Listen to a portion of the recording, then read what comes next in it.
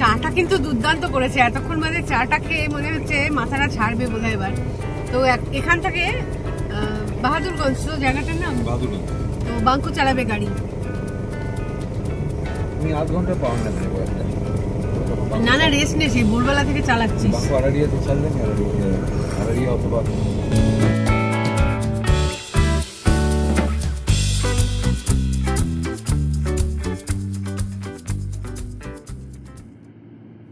চলার শুরু একদম সেই সকাল বেলায় শিলং থেকে। 1500 কিলোমিটার পথ পেরিয়ে আমাদেরকে যেতে হবে লখনৌ। তাই জন্য একটানা ছুটে চলেছে গাড়ি। সহজ তো নয় ব্যাপারটা খুব একটা। কখনো ভাবছি দাঁড়াই শিলিগুড়িতে, কখনো ভাবছি মুজফ্ফরপুরে। আসলে জার্নিটা যে বাড়াবাড়ি। এর মধ্যে গাড়ি যে একবারও থামেনি এমনটা নয়, কখনো চা খাওয়ার অজুহাতে থেমেছে, আবার কখনো থেমেছে টোল প্লাজায়। তো এই টোল প্লাজার ডিটেলস কিন্তু আমি ডেসক্রিপশন বক্সে দিয়ে দিয়েছি অলরেডি, চেক করে নিতে পারো। এই ট্যুরটার প্ল্যান তো আমাদের খুব বেশি দিনের নয়, খুব সামান্য দিন, বলতে গেলে 7 দিন কি 10 দিন বড় জোর টাইম নিয়েছি। মানে কবে আসবো এই করতে করতে কাউন্টডাউন স্টার্ট করতে করতে মানে দিন যেন চলেই এলো। তো আজকে যাচ্ছি সেখানে। আর এই জায়গাগুলো গুগল ম্যাপে যে কতবার দেখেছি, মানে রাতের বেলা ঘুম থেকে উঠে বসে কোথায় আমরা দেখতাম যে কোন রুটটা দিয়ে গেলে ঠিকঠাক হবে বা কিছু পরপর কি কি জায়গা আসবে। তো আজকে সেই নামগুলো একদম মানে চোখের সামনে দেখছি আর কি। আরারিয়া, ঠাকুরগঞ্জ, তারপরে বাহাদুরগঞ্জ, ফরবেশগঞ্জ, পরপর এই দেখতে দেখতে সামনেই দেখতে দেখতে এগোচ্ছি। তবু একটা কনফিউশন ছিল যে রাস্তাটা কিরকম। কয়েকটা ভিডিও চেক করেছি যে রাস্তা মোটামুটি ঠিকঠাকই আছে মনে হচ্ছে, কিন্তু ওই ফুলবাড়ি থেকে যখন মানে বিহারের বর্ডারটা যা স্টার্ট হলো ওই পজিশনে 10 কিলোমিটার মতো রাস্তা একটুখানি বোধহয় খারাপ ছিল আর কি। সেটা দেখে কনফিউশন লাগছিল যে ভুল রাস্তা চুজ করলাম। মানে আরেকটা রাস্তা নিচের সাইড দিয়ে দেখাচ্ছিল ম্যাপে, সেটা ধরলে বোধহয় ভালো হতো। মানে কলকাতা থেকে যারা আসে গাড়ি নিয়ে লখনৌ যাওয়ার জন্য তারা ওই দিকের রাস্তাটাই চুজ করে, তারা তো আর এই নেপাল বর্ডার দিয়ে যাবে না, তাই না? তো আমরা ভাবছিলাম যে ওটা দিয়ে গেলেও আমাদের হয়তো ভালোই হতো, রাস্তা ভালো পেতাম। তো এখন তো এই রাস্তা দিয়ে এগোতে এগোতে দেখছি রাস্তা কিন্তু যথেষ্টই ভালোই লাগছে। একটু আধটু কোনো জায়গায় মানে ভাঙাচোরা রয়েছে, খুবই সামান্য। সামনে থেকেও গাড়ি আসবে না কিছু না, নিজের মনে নিজে গাড়ি চালিয়ে চালিয়ে এগিয়ে যাও লক্ষ্যের দিকে। এবারে যেতে যেতেই কয়েকটা ইনফরমেশন একটু শেয়ার করি। আমরা এই রোড জার্নিতে নেমেছি 3000 টাকা দিয়ে অ্যানুয়াল পাস করিয়ে। এই অ্যানুয়াল পাসের সুবিধা হলো এই 3000 টাকাতেই আমরা কিন্তু 1 বছরের মধ্যে 200 খানা টোল গেট ক্রস করতে পারবো। মানে পার টোল গেটে আমাদের খরচা হবে মাত্র 15 টাকা করে। বাই কার যারা ফ্রিকোয়েন্ট ট্রাভেলার তাদের জন্য অ্যানুয়াল পাসটা কিন্তু খুবই উপযুক্ত একটা ব্যাপার। দেখতেই পাচ্ছ যে গুগল বাবাজি আমাদের পথ দেখিয়ে নিয়ে চলেছে। তো সামনেই আসছে আরেকটা টোল গেট, এটা হচ্ছে আজকে আমাদের জার্নির 12 নাম্বার টোল গেট। আরেকটু ভেঙে বলতে গেলে জার্নির সেকেন্ড ইউনিক টোল গেট, যেটা কিনা দোতলা। খেয়াল করে দেখো একটাও কাউন্টার কিন্তু চোখে পড়ছে না, কারণ সেগুলো চলে গেছে উপরে। এদিকে আবার গুগল বাবাজি তো দেখাচ্ছে যে মুজফ্ফরপুর পৌঁছতে 265 কিলোমিটার পথ, সময় লাগবে 5 ঘন্টা 10 মিনিট। তো রাত্রি 9টা 34 নাগাদ পৌঁছবো বলছে আমরা সেখানে। আমরা তো এখনো কনফিউজ যে মুজফ্ফরপুরে নাইট স্টে করবো নাকি একটানা বেরিয়ে যাব। আচ্ছা, বিহারের যে জায়গাগুলোর উপর দিয়ে যাচ্ছি সেগুলো একটু বলি। ঠাকুরগঞ্জ, বাহাদুরগঞ্জ ক্রস করে গেছি, আরারিয়া সামনে আসছে, তারপর ফরবেশগঞ্জ, নারপাতগঞ্জ হয়ে আসবে Kosi river. Kosi river cross করলে আসবে দারভাঙা, তারপরে হচ্ছে মুজফ্ফরপুর। আর এই লোকটা নাকি রেস্ট নেবে বলে যে পেছনে গিয়ে বসলো, ওখানে বসে এক নাগাড়ি ইনস্ট্রাকশন দিয়ে যাচ্ছে, গাড়ি এদিকে গাড়ি ওদিকে, মাঝখান দিয়ে চল, ডান দিক দিয়ে চল। তো এইরকম এটা কি রেস্ট নেওয়ার ছিঁড়ে কে জানে।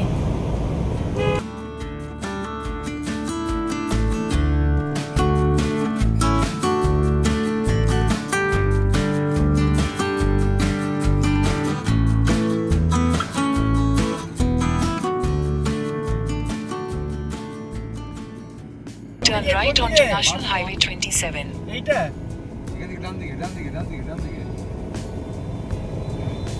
হ্যাঁ, ফরবেশগঞ্জ যাবো, ফরবেশগঞ্জ হচ্ছে ডান দিকে। ওইদিকে দেখো না পেছন দিকটা থেকে। পূর্ণিয়া হচ্ছে বাঁ দিকে, এই রুটে ডান দিকে গেলে ফরবেশগঞ্জ। চলো ফরবেশগঞ্জের দিকে ঘুরলো গাড়ি। দেখছি এই গাড়িটা ঘুরছে, ওই গাড়িটা কেন আসছে এইভাবে? Continue on National Highway 27 for 1.5 kilometers. রাস্তাটা ধরে আমরা চলেছি, এটা হচ্ছে NH27, আরো বোধহয় 30 কিলোমিটার মতন এই রাস্তা দিয়ে আমাদের কন্টিনিউ করতে হবে। রাস্তা ভালোই, ঠিকঠাকই, মাঝে মাঝে গর্ত শুরু হয়ে গেছে, মানে অকারণ গর্ত আর কি, বেকার বদনাম করবে বলে গর্ত বলে এগুলোকে। শিলং টু লখনৌ জার্নির ডে 1-এ এটা আমাদের 13 নম্বর টোল গেট।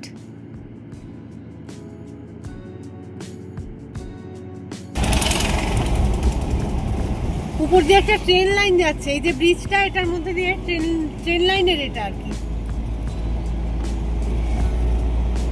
একটা ট্রেন যেতে পারতো এই মুহূর্তে। মাঝখানে গর্তগুলো না থাকলে রাস্তাটা কিন্তু খারাপ ছিল না। Continue on National Highway 27. Sonu বাবুদেরকে একবার নামানোর দরকার ছিল, তো সেই কারণে এই জায়গাটাতে গাড়িটাকে দাঁড় করানো হলো।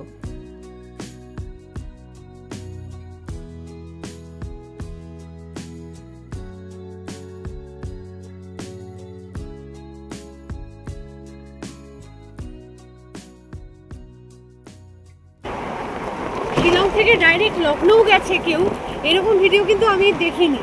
আমি যেগুলো সার্চ করছি সেগুলো হচ্ছে শিলিগুড়ি থেকে লখনৌ যাওয়া, তো সেটা হচ্ছে দিনের বেলায় দেখেছি তারা বেরিয়েছে, রাতের বেলায় গিয়ে মানে 9:30, 10টা, 11টা নাগাদ গিয়ে লখনৌতে পৌঁছে গেছে। তো শিলং থেকে যেতে কতক্ষণ লাগবে, এতখানি ডিস্টেন্স, সেটা একদিনে পৌঁছানো যাবে কিনা এটা বিরাট ব্যাপার। তো আমরা যেটা করেছি booking.com-এ মুজফ্ফরপুরের একটা মানে হোটেল বুকিং করে রেখেছি। কতদূর পৌঁছাতে পারবো তো জানি না, যদি বেশি দূর না পৌঁছাতে পারি মুজফ্ফরপুর পৌঁছে যাবো কিছুক্ষণের মধ্যেই হয়তো। তো সেখানে তাহলে আমরা নাইট স্টে করে যাব সেই হোটেলে। আদারওয়াইজ যদি মানে ক্ষমতায় কুলোয় আর কি সবার, মানে যে গাড়ি চালাচ্ছে তার বলছি মেনলি, তাহলে আমরা পুরো লখনৌ অবধি কিন্তু ডাইরেক্ট যাব। তো এরকম ভিডিও লখনৌ অবধি শিলং থেকে যাওয়ার ভিডিও বোধহয় এটাই প্রথম হতে চলেছে। রাস্তার মধ্যে যে কত গর্ত রয়েছে, তো চাকার 12টা বাজিয়ে দেবে একদম। সাবধানে সাবধানে, সেই কারণে চাকা বাঁচিয়ে এগোতে হচ্ছে। সূর্য তো ডুবে গেছে, হালকা করে আলো এখনো বাইরে রয়েছে, কিছুক্ষণ বাদে সেটাও চলে গেলে তখন তো আর বাইরের কিছু দেখাতে পারবো বলে মনে হয় না। কোশি নদীর ব্রিজ আসবে সামনেই, তবে ততক্ষণ হয়তো আর আলো থাকবে না। এই কোশি নদীকে দেখেছিলাম গাড়িতে করে কাঠমান্ডু যাওয়ার সময়, কোশি ব্যারেজ ছিল সেখানে। বাইরে এখন পুরোপুরি অন্ধকার, ব্রিজের নিচ দিয়ে বয়ে যাচ্ছে কোশি রিভার। দিনের আলোতে দেখতে পেলে জায়গাটা ভালো হতো, তাই না? এই নদী গঙ্গারই ট্রিবিউটারি, তো বিহারের কাটিহার জেলাতেই গঙ্গার সাথে মিলছে এটা। বেশ বড় ব্রিজটা ছিল। তো আরো কিছুটা এগিয়ে চলে এলাম নেক্সট টোল গেটের সামনে। সময় এখন ঘড়িতে 7:30। খাওয়া দাওয়া মোটামুটি টুকটাক কিন্তু সমানই হচ্ছে, যা যা নিজেদের কাছে ছিল সেগুলো খেলাম। তো এখানটায় দেখলাম রাস্তার পাশেই দোকান রয়েছে, সেখানে পকোড়া ভাজছে, তো সেগুলো খাওয়া হলো, একটু সাথে চা নেওয়া হলো। রাতের বেলায় জার্নি করলে দেখবে গাড়ি থেকে কিন্তু যে কোনো জায়গায় নামা যায় না, জায়গাটা একটু জমজমাট হলে তবেই একটু সাহস করা যায়। সামনেই দেখা যাচ্ছে আজকের জার্নির 15 নম্বর টোল প্লাজা। তো যেটা বলছিলাম আর কি, যে রাতের বেলা ড্রাইভ করলে মানে কতগুলো জিনিস মাথায় রাখতে হয়। যে কেউ যদি গাড়িতে লিফট চায়, একদমই দেওয়া উচিত না, গাড়ি দাঁড় করানোই উচিত না কোনো জায়গায়। জানলা বন্ধ থাকবে, এসি চলবে সাথে। রাস্তার কন্ডিশন কিন্তু এই মুহূর্তে বেশ ভালো, তবে ট্রাফিক জ্যামে একদম ফেসে আছি। চারপাশ থেকে ঘিরে ধরেছে ট্রাকের সারি। দারভাঙ্গা, মুজফ্ফরপুর সবই কিন্তু রাতের অন্ধকারে পেরিয়ে চলে যাচ্ছি, কোনো জায়গাতেই দাঁড়ালাম না, সোজা যাব লখনৌ। তো এখনো অনেকটা সময় লাগবে, সকাল তো হয়ে যাবেই। ট্রাকগুলোর জন্য মহা ঝামেলায় পড়া গেছে, গাড়ি আর এগোচ্ছেই না। কাছাকাছি কোনো পেট্রোল পাম্প পেলে সেখানে আমাদের একবার যেতে হবে, কারণ গাড়িতে ডিজেল ভরাতে হবে।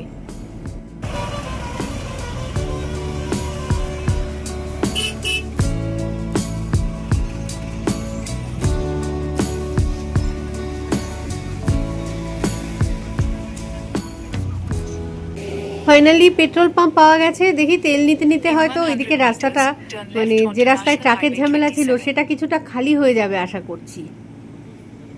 পেট্রোল পাম্পের মধ্যেও নাকি ট্রাক ঢুকে দাঁড়িয়ে আছে। বিরক্তি ধরিয়ে দিল তো এই ট্রাকগুলো।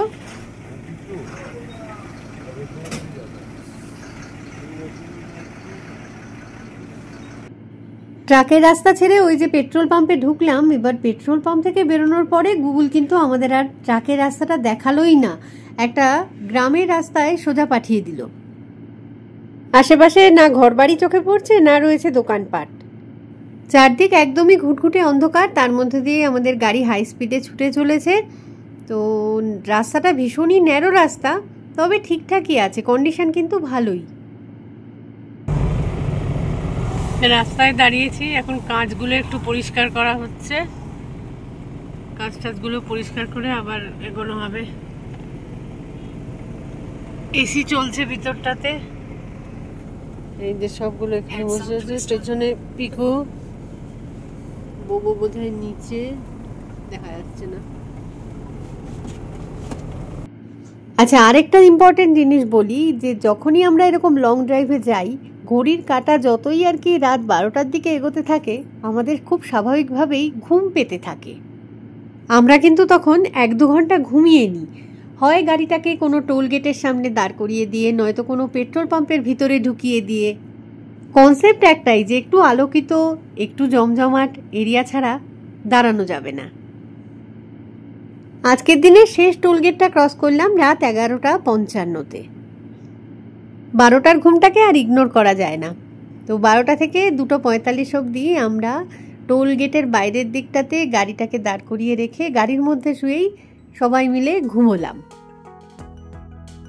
আবারও পথ চলা শুরু হলো, আর গাড়ি ছুটে চললো এবারে উত্তরপ্রদেশের 4 লেন হাইওয়ে দিয়ে, লাইট ব্যারিয়ার হিসাবে, যেখানে ডিভাইডারের মধ্যে লাগানো রয়েছে অনেক গাছপালা। আর রোড কন্ডিশন তো সত্যি একদম মাখনের মতো। রাতের বেলায় সেভাবে তো আর ভালো করে ছবি তুলতে পারিনি, তবে এই যে ব্রিজটার উপর দিয়ে যাচ্ছি, নিচে একটা নদী বয়ে যাচ্ছে। এই নদীর নাম হচ্ছে গন্ডক নদী। অবশ্যই গঙ্গার উপনদী, উৎপত্তি নেপালে। কালীগণ্ডকী আর ত্রিশূলির মিশ্রণে এটা তৈরি। সেকেন্ড দিনের প্রথম টোল গেট পেলাম। ঘড়ির কাঁটায় সময় এখন 3:50। তো আমাদের জার্নির দ্বিতীয় দিনের ভোর এটা। যতদূর মনে হচ্ছে এই টোল গেট ক্রস করেই আমরা ঢুকে যাব গোরখপুরে। তো বাইরেটা পুরোপুরি অন্ধকার, সূর্য উঠতে দেরিও আছে অনেকটা। রোড কন্ডিশন তো অসম্ভব ভালো, তাই অন্ধকারের বুক চিরেই দ্রুত গতিতে ছুটে চলল আমাদের গাড়ি। প্রায় আধ ঘন্টা পরে গাড়ি এসে থামলো পরবর্তী টোল প্লাজাতে। খুব একটা কাটছাট না করেই এই জার্নিটাকে আমি কিন্তু পুরোটাই মোটামুটি রাখার চেষ্টা করছি, কারণ নিজেও যদি আমি পরে কখনো আবার এই রাস্তায় যাই, তাহলে আমার পক্ষে একটুখানি ইজি হয়ে যাবে আর কি। রাস্তা ক্রমশই ভালো থেকে আরও ভালো হয়ে যাচ্ছে যেন। অটোমেটিক্যালি এবার কানেক্ট হয়ে যাচ্ছি আমরা গোরখপুর লিঙ্ক এক্সপ্রেসওয়ের সাথে। সামনেই রয়েছে তার এন্ট্রি গেট।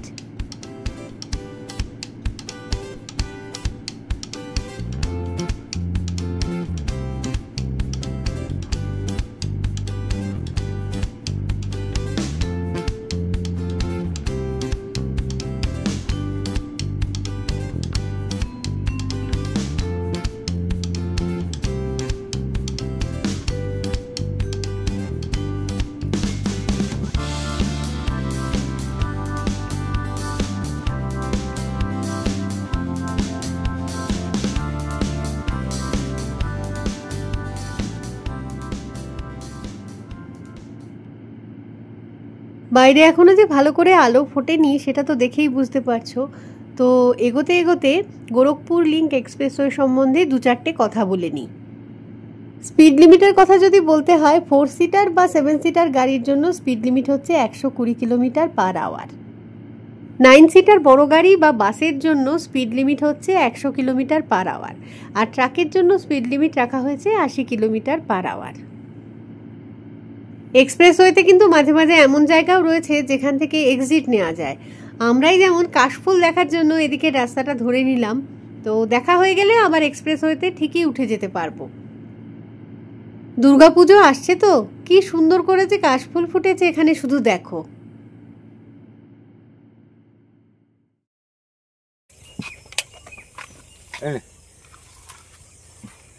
কাশফুল, এই যে বাবা কত লম্বা রে কাশফুল, কত কাশফুল ফুটেছে। সারা রাত জার্নি করে বিরাট ক্লান্ত আমরা, তাও কিন্তু 3 ঘন্টা মতন ঘুমিয়েছি। রাস্তায় এক জায়গায় একটা টোল গেট ছিল, সেইখানে গাড়িটা দাঁড় করিয়ে 3 ঘন্টা ঘুমিয়েছি, আবার স্টার্ট করে এখন উঠেছি মানে লখনৌ গোরখপুর যে লিঙ্ক এক্সপ্রেসওয়ে ওটাতে। তো এখন সার্ভিস লেনে নেমে গেছি, নেমে এসেছি কাশফুল দেখতে। এত সুন্দর কাশফুল ফুটেছে এখানে, এই যে দেখো কত কাশফুল এখানে দেখা যাচ্ছে ঠিকঠাক। দুর্গাপুজোর সময় আগে আগে আসা হয়েছে, কাশফুল তো একটুখানি এনজয় করতেই হয়। খুব সুন্দর রাস্তা, মানে এইরকম রাস্তা পেয়ে গেলে আর কোনো চিন্তা থাকে না। সোনুবাবুরা সবাই গাড়ির মধ্যে লাফালাফি করছে, জানলা দুটো খোলা রয়েছে, এটা বেরিয়ে না যায়। এই যে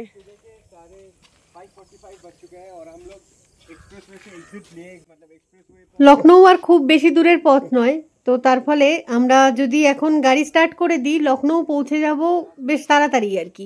অথচ আমাদের হোটেল নেওয়া আছে দুপুর 12টা থেকে, তো তার আগে পৌঁছে গেলে আর কি আমরা কি বা করব, কোথায় থাকবো। তো সেই কারণে কিছুটা সময় এইভাবে রাস্তাঘাটে স্পেন্ড করে যাওয়াই আমাদের পক্ষে সুবিধাজনক হবে আর কি। বাইরে তো মোটামুটি ঠিকঠাকই আলো ফুটে গেছে এতক্ষণে।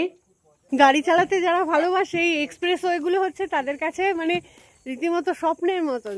তো সেখানে এই জায়গায় অনেকদিন ধরে ভিডিও দেখছি, এগুলোতে মানে সবাই যাচ্ছে করছে, অথচ মানে আমাদের সুযোগটা হচ্ছিল না। আজকে আসতে পেরে দারুণ মজা লাগছে, হঠাৎ করেই এক্সপ্রেসওয়েটা দেখতে পেয়ে দারুণ আনন্দ লেগেছে। অনেকগুলো নিয়ম কানুন রয়েছে এক্সপ্রেসওয়েতে গাড়ি চালানোর, তো সবই আস্তে আস্তে চলতে চলতে বলবো আর কি। ফুড কোর্ট রয়েছে এখানে, খাওয়া দাওয়া করতে পারো। আর মানে যেখানে সেখানে তো দাঁড় করানো যায় না, এই সার্ভিস এরিয়াগুলো বা রেস্ট এরিয়া যেটা রয়েছে সেগুলোতে দাঁড়ানো যেতে পারে আর কি। আমরা মেনলি নামলাম হচ্ছে কাশফুল দেখবো বলে, প্রচুর কাশফুল এখানটায়। ছোটকু নেমে যাস না, ভিতরে ঢোকো, একটু ভিতরে যাও, ভিতরে যাও বাবা, ভিতরে যাও। আমি চলে আসছি, নামবি না কিন্তু। ও কোথা দিয়ে ঢুকে আসছে, ওর এখান দিয়ে এই বেরিয়ে আসছে। পিকুয়া ভিতরে যাবাটা,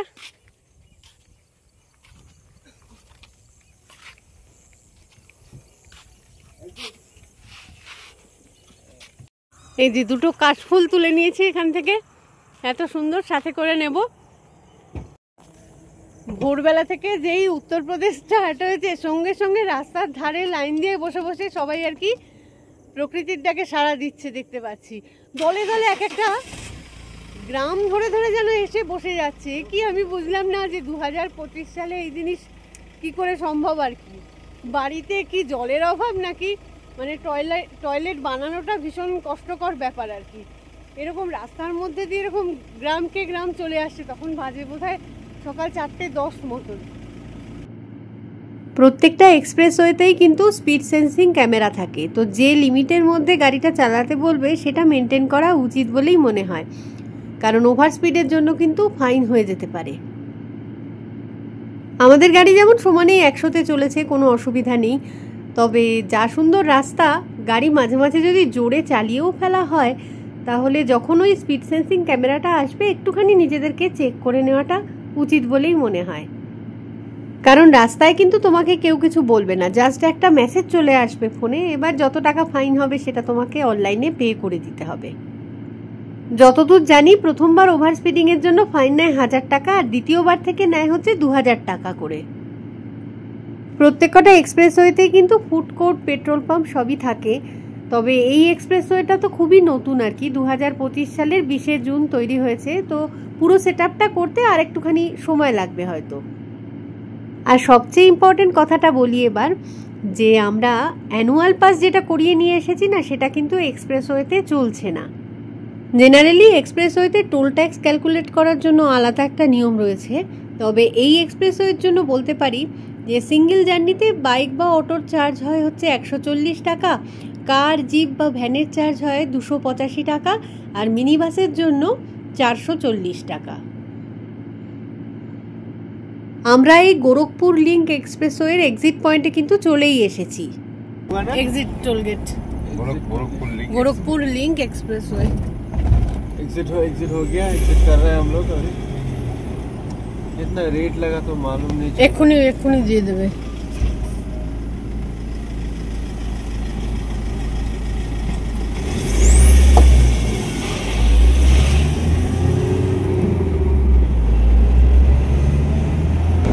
দুর্দান্ত একটা রাস্তা দিয়ে এলাম, আরো 60 কিলোমিটার গেলে পূর্বাঞ্চল এক্সপ্রেসওয়েটাও পেয়ে যাব।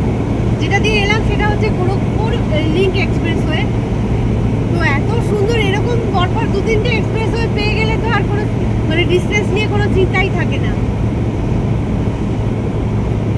তো এদিকে এখন কিন্তু সকাল প্রায় 6:10 বাজে বোধহয়, অথচ এদিকে সূর্যটা কিন্তু ওঠেনি, মানে সানরাইজ হয়েছে বলে সেরকম মনে হচ্ছে না। নর্থ ইস্টের মতো না, ভোর যে 4টে থেকে সূর্য উঠে বসে থাকবে, একটু দেরি করে ওঠে আর কি, ধীরে সুস্থে। এদিক ওদিক কোথাও যাওয়ার কিন্তু দরকার নেই, এই রাস্তা নিজে থেকেই কানেক্ট হয়ে যাবে পূর্বাঞ্চল এক্সপ্রেসওয়ের সাথে।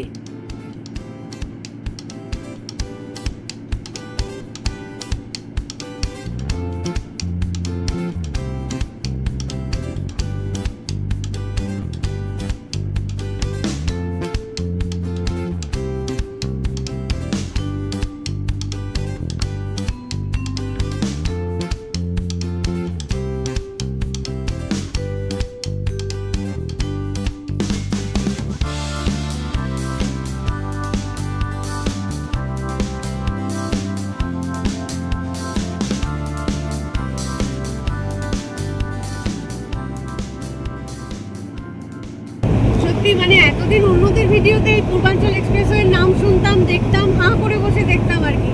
আজকে নিজেরা তার উপর দিয়ে যাচ্ছি, আমাদের গাড়ি যাচ্ছে তার উপর দিয়ে, মানে এটা একটা আলাদা মানে এক্সপিরিয়েন্স, আলাদা এক্সাইটমেন্ট। তো স্পিড লিমিট কত দেখালো? 120? আচ্ছা,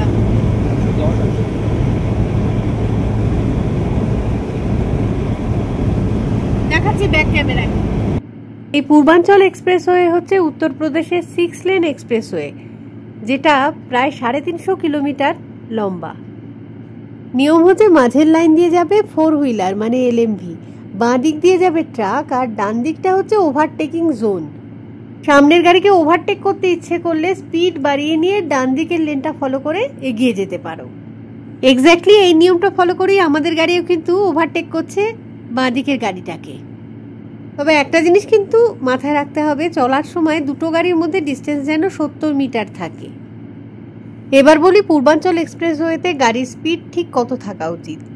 আমাদের মতন এরকম 4 চাকার ছোট গাড়ির ক্ষেত্রে স্পিড লিমিট হচ্ছে 120 কিলোমিটার পার আওয়ার, বাস বা ট্রাকের ক্ষেত্রে এটা 100 কিলোমিটার পার আওয়ার। এই এক্সপ্রেসওয়েতেই 6খানা স্পিড সেন্সিং ক্যামেরা রয়েছে। তো স্পিড যদি ওই 100 কোটির উপরে তুলেছ না, সঙ্গে সঙ্গে মেসেজ চলে আসবে ফোনে। ব্যাস, এবার অনলাইনে টাকা পে করো। ওভার স্পিডিং এর জন্য প্রথমবার চার্জ করে 1000 টাকা, আর পরের বার থেকে 2000 করে। পূর্বাঞ্চল এক্সপ্রেসওয়ে স্পিড লিমিট দেখাচ্ছে গাড়ির থাকা উচিত 120 কিলোমিটার পার আওয়ার। তো এইরকম সুন্দর রাস্তায় ইচ্ছে তো করবে যে 150-এর উপর গাড়ি তুলে দিই, কিন্তু ওরকম করাটা উচিত নয় আর কি। অত বেশি জোরে চালিয়ে লাভ নেই, মাঝে মাঝে চালানো যেতে পারে, কিন্তু যেখানে যেখানে দেখবে স্পিড সেন্সিং ক্যামেরাগুলো রয়েছে সেখানে একটুখানি লিমিটের মধ্যে থাকাটাই ভালো আর কি, সেফটি পারপাসেও, আর হচ্ছে নিজেকে একটুখানি মানে কি বলবো, মানে চালানের হাত থেকে বাঁচতে। কারণ এখানে তো রাস্তার মধ্যে কেউ কিছু বলবে না, চুপ করে বাড়িতে চালানটা পাঠিয়ে দেবে, সেই জন্য একটু সাবধান হয়ে চলা ভালো। আচ্ছা, আরেকটা জিনিস বলতে চাই যে এই এক্সপ্রেসওয়েতে টোল ট্যাক্সটা ঠিক কিভাবে নেয়। ধরো এক্সপ্রেসওয়েটা হচ্ছে টোটাল 350 কিলোমিটার লম্বা, এখন তুমি ট্রাভেল করছো তার মধ্যে হচ্ছে 200 কিলোমিটার পথ। সেক্ষেত্রে তোমার দুবার স্ক্যান হবে, এন্ট্রি পয়েন্টে একবার আর এক্সিট পয়েন্টে আরেকবার। এটা থেকে ডিস্টেন্স ক্যালকুলেট করে পার কিলোমিটার 2 টাকা হিসাবে টোল ট্যাক্সটা অ্যাপ্লিকেবল হবে। যাই হোক, আমরা কিন্তু এখনো লখনৌ থেকে 150 কিলোমিটার দূরে আছি। এবার এই রাস্তাটুকুনি একটু খেয়াল করো। পূর্বাঞ্চল এক্সপ্রেসওয়ের মধ্যেই 3.2 কিলোমিটারে বানানো হয়েছে একটা এয়ার স্ট্রিপস। আমাদের দেশের কোনো আপৎকালীন, বিপদকালীন বা যুদ্ধকালীন পরিস্থিতিতে ইন্ডিয়ান এয়ারফোর্স এই 3.2 কিলোমিটার রাস্তাটুকুনিকে এমার্জেন্সি ল্যান্ডিংয়ের জন্য ব্যবহার করতেই পারে। সত্যি যদি এরকম পরিস্থিতি আসে না, তাহলে ওই রাস্তার মাঝখানে যে ডিভাইডারটা রয়েছে সেটাকে কিন্তু রিমুভ করে দেয়া যায়। লং জার্নিতে এরকম রাতে স্টে না করে কোনো হোটেলে মানে একটানা জার্নি করলে ক্লান্তি কিন্তু যথেষ্টই লাগে, তবে এটার একটা মজাও আছে বলবো। আমরা যখন কলকাতায় যাই, প্রথমবার যখন গেছিলাম এভাবে একটানা গাড়ি চালিয়ে মানে বেশ সেবার অসুবিধা হয়েছিল। পরের বার থেকে কিন্তু আর কোনো সমস্যাটাই হয় না, ঘুমটাও সেই পায় না, একটা যেন অভ্যেসের মধ্যে হয়ে যায়। তো এবারে যতটুকুনি যা সমস্যা দেখতে পাচ্ছি, পরে যদি কখনো এই রাস্তা দিয়ে যাই না, সেটুকুনিও বোধহয় ফিল করবো না। খুব ভালো একটা জার্নি হচ্ছে, তো দেখতে থাকো আমাদের জার্নিটা। সামনেই খেয়াল করে দেখো, দেখা যাচ্ছে স্পিড সেন্সিং ক্যামেরাটা।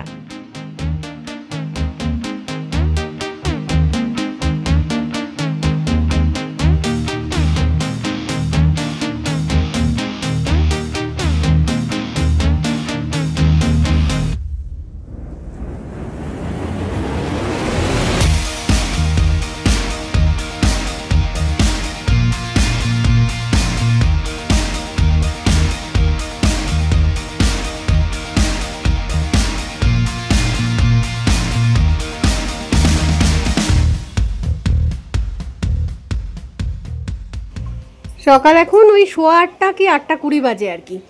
তো পূর্বাঞ্চল এক্সপ্রেসওয়ের ফুড কোর্টে একটু নামলাম গাড়ি থেকে, দেখা যাক কি আনছে আমাদের। এখানেই জল খাবার খাওয়া যায়?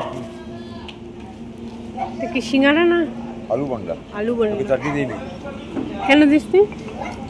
আচ্ছা লঙ্কা চাটনি খাবি না, ঠিক আছে। থেকে ট্রাভেল করছে, গাড়ি একেবারে নোংরা হয়ে গেছে, ধুয়ে নিলে ভালো হবে আর কি।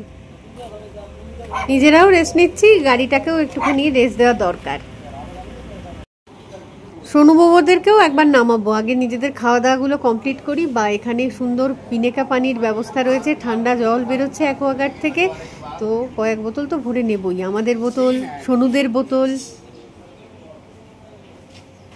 সকাল সকাল সব স্টলগুলো বোধহয় ভালোভাবে ওপেন হয়নি, তাও কিছু না কিছু তো পাওয়া যাবে।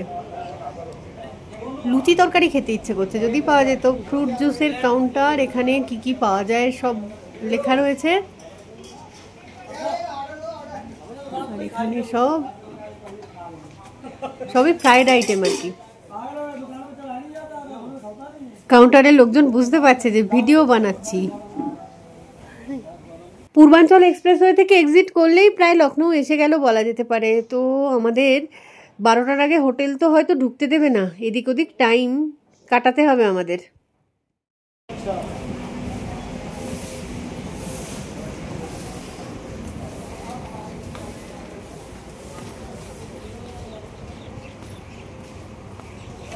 ফ্রেশ না হয়ে খাওয়া দাওয়া করতে ইচ্ছে করছে না, একটুখানি হোটেলে গিয়ে ফ্রেশ হয়ে নিয়ে তারপরে, নয়তো পারা যাচ্ছে না। গরমও লাগছে, রোদ্দুর উঠে গেছে, ভালো গরম লাগছে।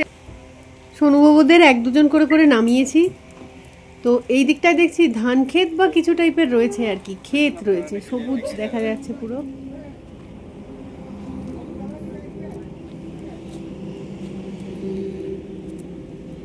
দূরে কোনো ঝোপ বা কিছুর মধ্যে থেকে ময়ূরের ডাক আসছে, একটু আগেই শুনলাম, তখন আর ক্যামেরা অন করিনি আর কি।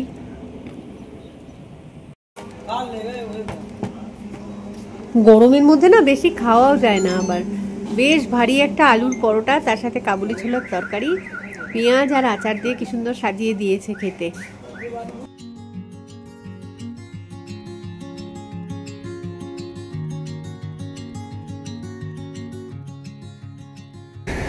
খাওয়া দাওয়া শেষ করে গাড়িতে এসে বসলাম, প্রচন্ড গরম লাগছে, বিরাট গরম লাগছে। ফ্রেশ না হতে পারলে আর কিচ্ছু ভালো লাগছে না।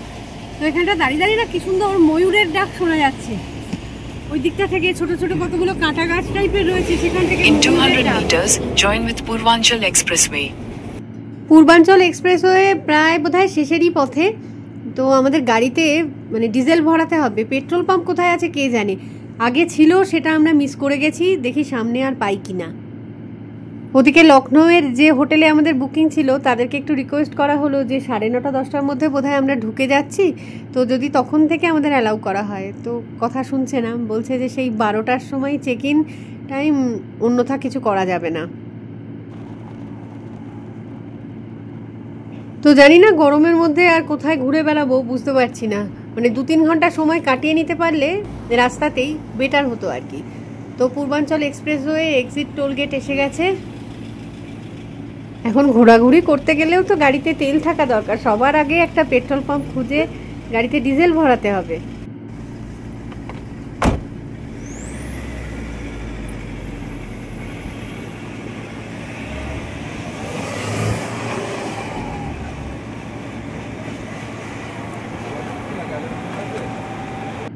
এক্সপ্রেসওয়ে থেকে বেরিয়ে আসার পরে যে রাস্তা খারাপ হয়ে যাবে এমন কিন্তু নয়, একই রকম ভালো রাস্তায় কন্টিনিউ হচ্ছে। नवाब का शहर मुस्कुराइए, आप अभी लखनऊ में हैं। डीजल भी कम है। কত দাম? 87.74 আমরা শিলং থেকে 20 পয়সা কম। বাহ, ভালো তো। ওয়েস্ট বেঙ্গলে তো শিলং আর এখানে থেকে 5 টাকা বেশি ওয়েস্ট বেঙ্গলে। वेस्ट बंगाल में सबसे ज्यादा लेते हैं।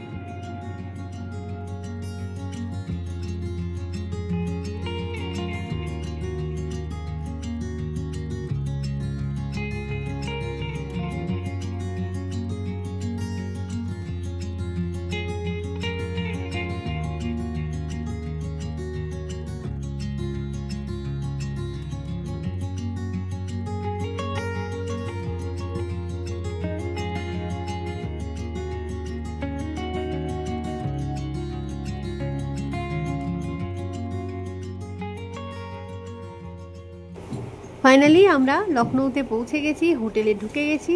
তো আসার সময় মোরাদাবাদি বিরিয়ানি কিনে নিয়েছিলাম সকলের জন্য।